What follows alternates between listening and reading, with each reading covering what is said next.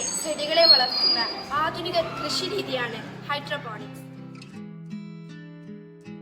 ചെടികൾക്ക് ആവശ്യമായ പോഷകങ്ങൾ നിറച്ച വെള്ളം ചെടികളുടെ വേരിലേക്ക് നേരിട്ടെത്തിക്കുന്നു.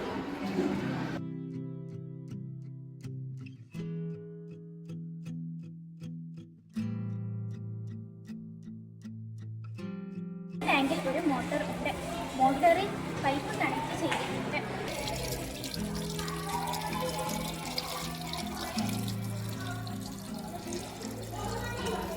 ഞങ്ങൾ ഇത് സെറ്റ് ചെയ്തത് ഹൊറിസോണ്ടൽ രൂപത്തിലാണ്.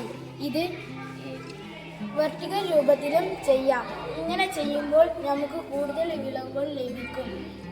ഹൈഡ്രോപോണിക്സിൻ്റെ ദോഷങ്ങൾ: ഇലക്ട്രിക് ഉപകരണങ്ങൾ ഉപയോഗിക്കണം.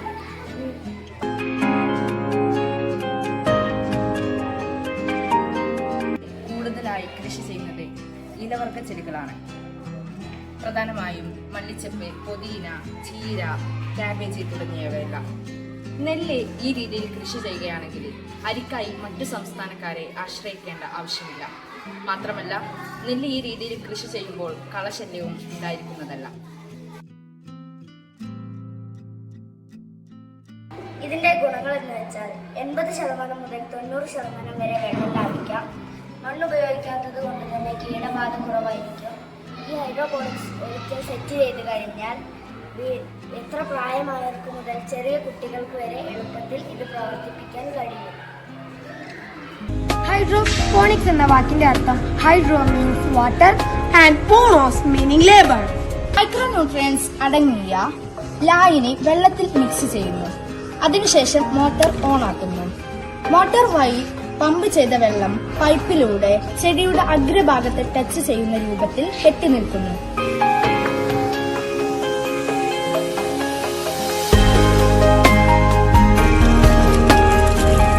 ഏകദേശം ഒരാഴ്ച കഴിയുമ്പോഴാണ് ഇതിലെ വെള്ളം നമുക്ക് മാറ്റാൻ സാഹചര്യം വരുന്നത്.